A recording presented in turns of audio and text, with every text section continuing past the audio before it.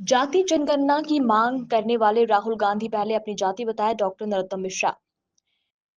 पूर्व गृह मंत्री ने भाजपा प्रत्याशियों के समर्थन में विशाल सभाओं को किया संबोधित। कांग्रेस और उनके सहयोगी पर बोला जमकर हमला। पूर्व गृह मंत्री और महाराष्ट्र चुनाव में गोंदिया भंडारा लोकसभा क्लस्टर के प्रभारी बनाए गए डॉक्टर नरोत्तम मिश्रा ने अपने प्रवास के दूसरे दिन विशाल जनसभाओं और आम सभाओं को संबोधित करते हुए कांग्रेस और उसके सहयोगी पर जमकर हमला बोला। डॉक्टर मिश्रा ने कहा कि विभाजन और तुष्टीकरण की राजनीति करने वाले ये दल देश और समाज दोनों के लिए घातक है। हिंदू समाज को बांटने के लिए जातीय जनगणना की मांग करने वाले राहुल गांधी को पहले देश की जनता को अपनी जाति बतानी चाहिए। डॉक्टर मिश्रा ने अपने प्रवास के दूसरे दिन गोंदिया जिले की आमगांव और अर्जुनी मोर गांव विधानसभा में पार्टी प्रत्याशियों के समर्थन में विशाल सभाओं को संबोधित करते हुए कहा कि कांग्रेस और उसके सहयोगी केवल तुष्टीकरण और विभाजन की राजनीति करते हैं।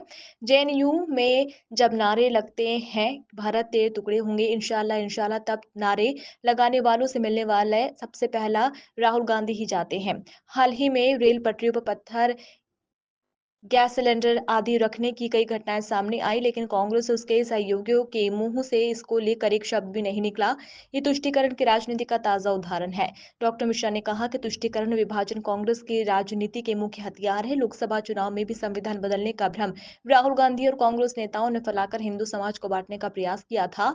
ये भ्रम फैलाने में आंशिक कामयाब भी रहे, लेकिन इस बार सबको सावधान रहना है। कांग्रेस के भ्रम में नहीं आना है। ये वही कांग्रेस है जो आरोप तो भाजपा पर संविधान बदलने का लगाती है, लेकिन सच ये है कि इसी गांधी परिवार ने 31 बार बाबा साहेब अम्बेडकर जी के संविधान को बदलने का काम किया है। क्योंकि लोकसभा के अंदर थोड़ा डगमग हो गया था, लोगों ने भ्रम पैदा कर दिया और भ्रम पैदा कर दिया बोले ये भाजपा वाले संविधान बदल देंगे। अरे राहुल बाबा, तुम्हारे परिवार ने तो 31 बार संविधान को बदला।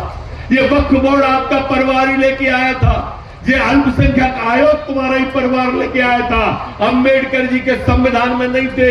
ये सब के सब तुष्टीकरण की राजनीति में आपके कारण से हुए हैं।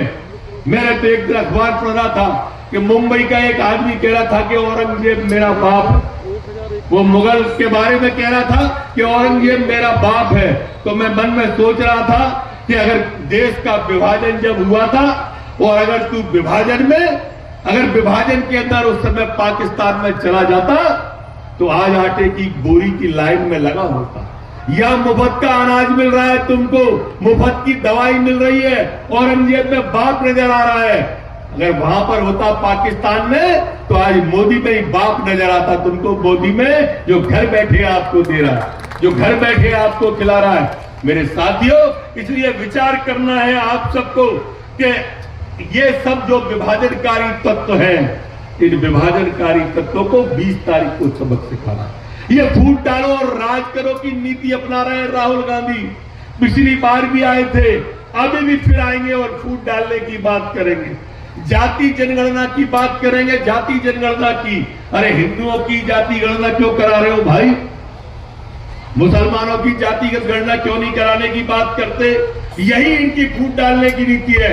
अच्छा, इतनी बड़ी सभा है ये, जंगी सभा, कोई एक जना हाथ उठा के बता सकता है कि राहुल गांधी किस जाति का है?